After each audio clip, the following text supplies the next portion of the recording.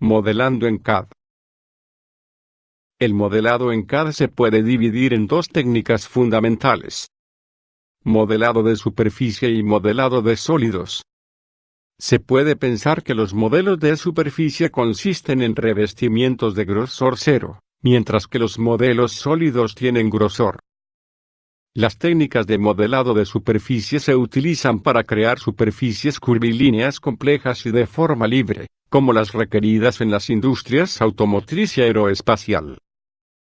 Las técnicas de modelado de sólidos se destacan en la creación de componentes mecánicos de forma geométrica. Ambas técnicas se pueden usar para modelar productos de consumo.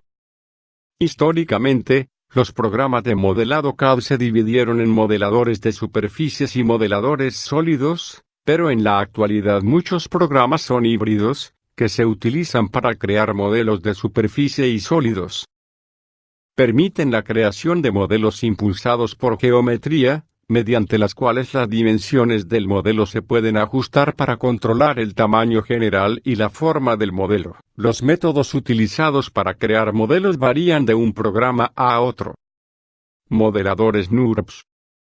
Los modeladores de spline de base racional no uniformes, NURBS, se basan en splines, curvas definidas matemáticamente que tienen su forma controlada por puntos de control situados fuera de las curvas.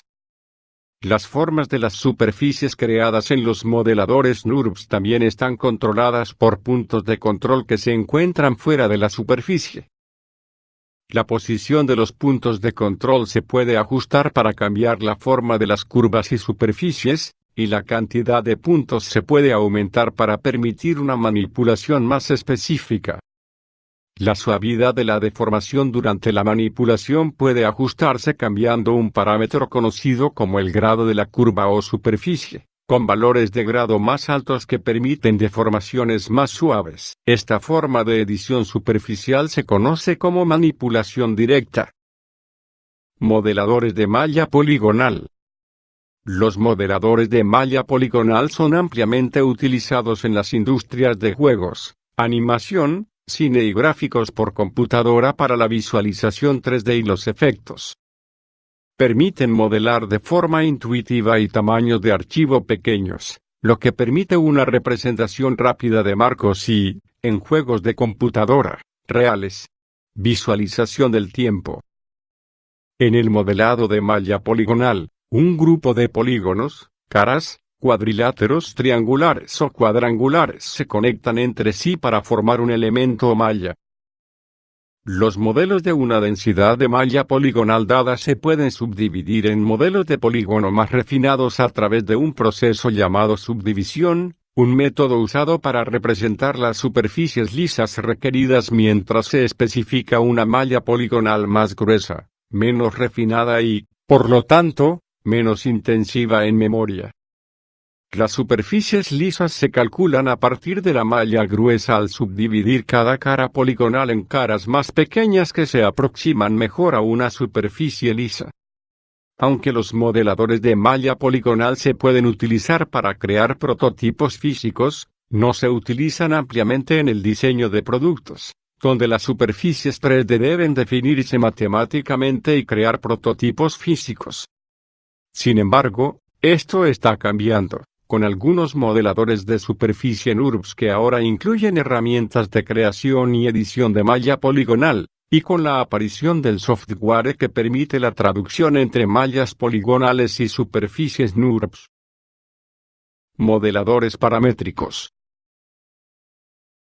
En algunos programas CAD, el modelado sólido es paramétrico, lo que significa que los modelos son impulsados por sus dimensiones. El proceso de creación de un modelo en algunos programas de modelado sólido se registra en un historial de diseño, a veces denominado árbol de diseño o árbol de modelo, una lista de los procedimientos, parámetros y geometría utilizados para crear cada objeto sólido en el orden en que fueron creados. Los programas de modelado CAD con un historial de diseño integrado permiten cambiar las dimensiones y la forma de un modelo y sus características en cualquier momento durante el proceso de modelado, permitiendo modificaciones y ajustes continuos al diseño. En los ensamblajes de modelos sólidos, donde varios modelos de piezas se ensamblan, los cambios en una parte pueden gotear a través de las otras partes en el ensamblaje, lo que evita que el diseñador tenga que volver a modelar cada parte cuidadosamente. También se pueden crear dibujos de producción precisos y listas de materiales a partir de modelos de ensamblaje y componentes sólidos, y se puede crear un vínculo asociativo entre un modelo y sus dibujos, lo que significa que los cambios en el modelo activan actualizaciones automáticas de los dibujos, y viceversa. Los programas de modelado paramétrico generalmente requieren un enfoque planificado y orientado a la lógica para el proceso de modelado y están menos enfocados en la exploración visual de forma libre que los modeladores no paramétricos. Dibujar modelos en 3D. El proceso de pasar del boceto en papel a la superficie tridimensional y sólido en CAD implica una serie de consideraciones fundamentales, comenzando con la elección de si se deben usar técnicas de modelado de superficie o sólido. Hay dos factores principales que afectan esta decisión: la etapa del proceso de diseño en el que se está creando el modelo y la forma deseada del modelo. En las primeras etapas de exploración del concepto del proceso de diseño, las dimensiones específicas y el número de piezas pueden ser indecisas y menos importantes que la capacidad de trabajar de forma rápida e intuitiva, y para poder manipular el modelo para explorar la forma y la proporción de la superficie. En este punto, el software 3D es un medio fundamental para explorar opciones dentro de las limitaciones del resumen, y los modeladores de superficie pueden ser más útiles, particularmente para explorar rápidamente la forma de superficie curvilínea, libre y de forma libre. En etapas posteriores del proceso de diseño, cuando la intención del diseño se vuelve más cierta, los requisitos cambian. Si se requieren modelos precisos con superficies curvilíneas complejas, se utilizan programas CAD capaces de crear superficies de clase A, superficies que el usuario final verá y tocará y que tienen la definición matemática, suavidad y alta precisión necesarias para su posterior uso por parte de los ingenieros de fabricación. Luego se usan técnicas de modelado de sólidos para transformar las superficies de clase A en sólidos con espesor y volumen.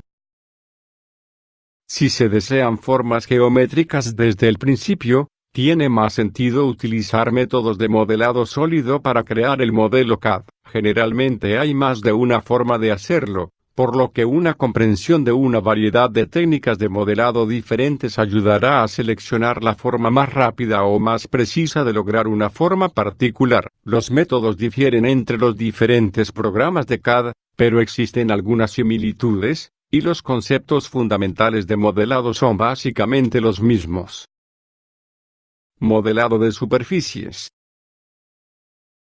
El proceso de modelado generalmente comienza con líneas de trazado conocidas como curvas o splines. Las splines no tienen grosor y pueden existir en un único plano bidimensional o como curvas en el espacio tridimensional y forman los bordes, los límites y o las secciones transversales de las superficies 3D previstas. Las splines se usan para generar las superficies que dan forma al modelo 3D. Las splines se crean generalmente dibujándolas directamente en el programa CAD 3D, pero también se pueden importar desde programas CAD 2D o programas de dibujo vectorial 2D. Las splines importadas generalmente requerirán reconstrucción, una operación que simplifica su geometría para garantizar una mejor creación de superficie. Las splines se usan para crear superficies abiertas, superficies cerradas, polisuperficies abiertas y polisuperficies cerradas. Una polisuperficie consiste en dos o más superficies unidas. Las superficies abiertas tienen grosor o volumen cero y su forma se puede editar utilizando puntos de control. Las polisuperficies abiertas también tienen grosor o volumen cero. Las superficies cerradas y las polisuperficies cerradas tienen grosor y volumen y también se conocen como sólidos. Como se componen de una sola superficie, Las superficies cerradas se pueden editar utilizando puntos de control de la misma manera que las superficies abiertas. Las polisuperficies, ya sean abiertas o cerradas, no se pueden editar utilizando puntos de control. Ingeniería inversa. La ingeniería inversa es el proceso llevado a cabo con el objetivo de obtener información o un diseño a partir de un producto, con el fin de determinar cuáles son sus componentes y de qué manera interactúan entre sí y cuál fue el proceso de fabricación. El método se denomina así porque avanza en dirección opuesta a las tareas habituales de ingeniería, que consisten en utilizar datos técnicos para elaborar un producto determinado. Hay elementos que existen en el mercado y no se tiene representación digital en 3D, en especial si su forma es compleja. La mejor opción es escanear las piezas e ir a un programa de tratamiento de nubes de puntos, para obtener superficies suaves. Hay elementos para personalizar con esta técnica, como son partes del cuerpo, que pueden ser huesos entre muchos otros elementos. Simulación por análisis de elementos finitos. En el diseño de nuevos componentes, el uso de estas herramientas permite en la mayoría de los casos obtener resultados más precisos y sobre todo una reducción de costes al permitir analizar virtualmente el comportamiento de nuevas soluciones.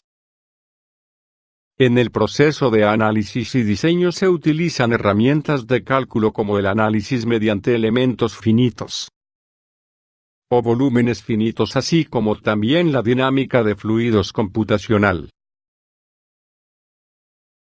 El diseño de procesos de fabricación con ayuda de computadoras permite que los modelos generados se puedan utilizar directamente para crear instrucciones para la fabricación de los objetos representados por los modelos, mediante máquinas de control numérico u otros procesos automatizados, sin la necesidad de dibujos intermedios. Optimización del diseño. Por definición, el diseño óptimo de un elemento mecánico es la selección del material y de los valores de los parámetros geométricos independientes, con el objetivo explícito de minimizar un efecto indeseable o de maximizar un requerimiento funcional, teniendo en cuenta que el elemento satisfaga otros requerimientos funcionales y que otros efectos indeseables sean mantenidos dentro de sus límites tolerables. Una vez se seleccionen el objetivo explícito y las variables independientes, se procede a ensamblar el modelo que describa cómo se relacionan las variables del problema y cómo el criterio de rendimiento es influenciado por las variables independientes. Generador de formas. El generador de forma proporciona una estrategia inteligente para maximizar la rigidez de la pieza en función de las restricciones que se especifiquen. La tecnología está integrada, lo que es práctico para incorporarla en su proceso de diseño. El generador de forma produce una malla 3D que se puede utilizar para guiar el refinado del diseño. Como resultado, el mejor momento para utilizarlo es en las fases de diseño iniciales o conceptuales.